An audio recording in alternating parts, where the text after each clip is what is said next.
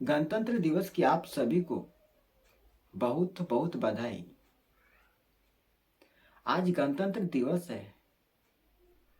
आज ही के दिन 1950 में संविधान लागू हुआ। आज ही के दिन 1950 में भारत लोकतंत्र बना।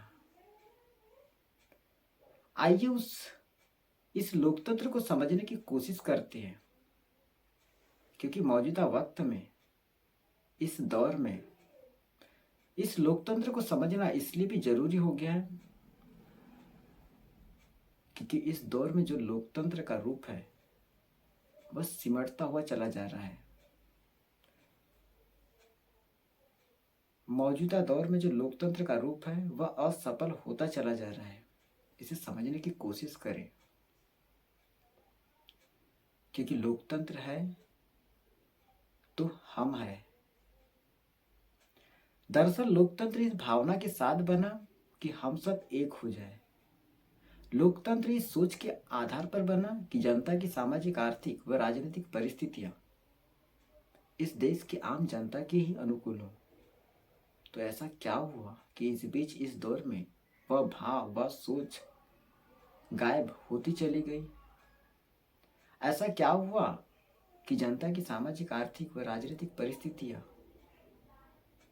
इतनी नाजुक होती चली गई और भारत उस असमानता से गुजर रहा है जिसमें इस देश के 1% लोगों के पास इस देश की 40, 50, 60% संपत्ति हो और बाकी 99% लोगों के पास इतनी संपत्ति हो। चंद लोगों के हाथों में पैसा ही पैसा और एक बहुसंख्यक आबादी के हाथों में कुछ भी नहीं। असमानता इतनी बड़ी कि इस दौर में गरीब और भी गरीब होता चला गया और अमीर और भी अमीर होता चला गया। क्या संविधान इन सब बातों की इजाजत देता है? संविधान तो समानता का पाठ पढ़ाता है।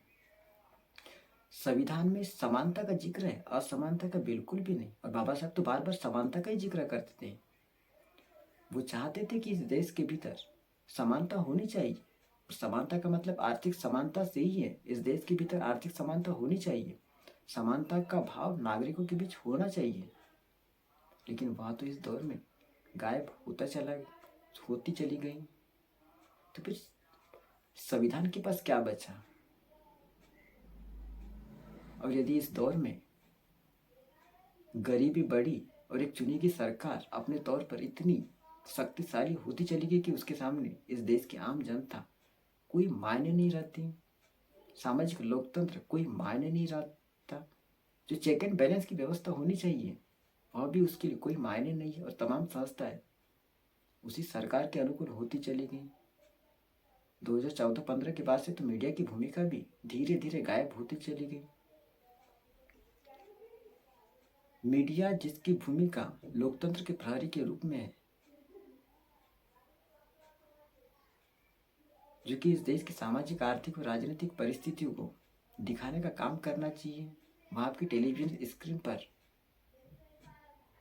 गायब होती चली गई। इन परिस्थितियों के बीच यह देश की मौजूदगी, ध्यान दीजिए संविधान का उद्देश्य क्या कहता है।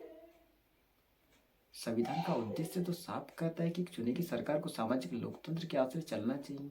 और बाबा साहेब जिस राजनीतिक लोकतंत्र का जिक्र करते थे वह राजनीतिक लोकतंत्र को सामाजिक लोकतंत्र में बदलने का जिक्र करते थे। और सामाजिक लोकतंत्र 3 सिद्धांतों पर टिका हुआ है: स्वतंत्रता, समानता और बंधुत्वता। इस देश के भीतर ये होनी चाहिए, लेकिन इस दौर में वह भी खत्म होती चली गई, गायब होती चली गई। और परिस्थिति होते होते इस देश के 80 करोड़ लोग बस 5 किलो अनाज पर टिकते चले गए।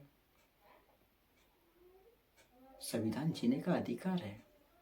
इसके भीतर का लोकतंत्र वह आपको ताकत देता है कि जनता की सामाजिक, आर्थिक और राजनीतिक परिस्थितियां बेहतर हो, उसे अवसर मिलने चाहिए। आज 5 किलो अनाज नहीं, सामाजिक सुरक्षा भी जरूरी है।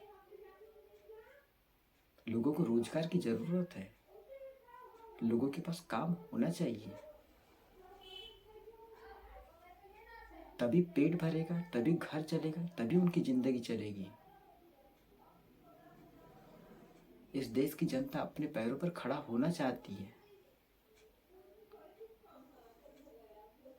लेकिन सरकार की मानसिकता उस गुलामी मानसिकता की तरफ चल बसी, जिसमें इस देश के 80 करोड़ लोग उस 5 किलो अनाज पर निर्भर होते चले गए। 1934 में सबसे पहले एम एन राय ने यह विचार रखा था कि भारत का संविधान होना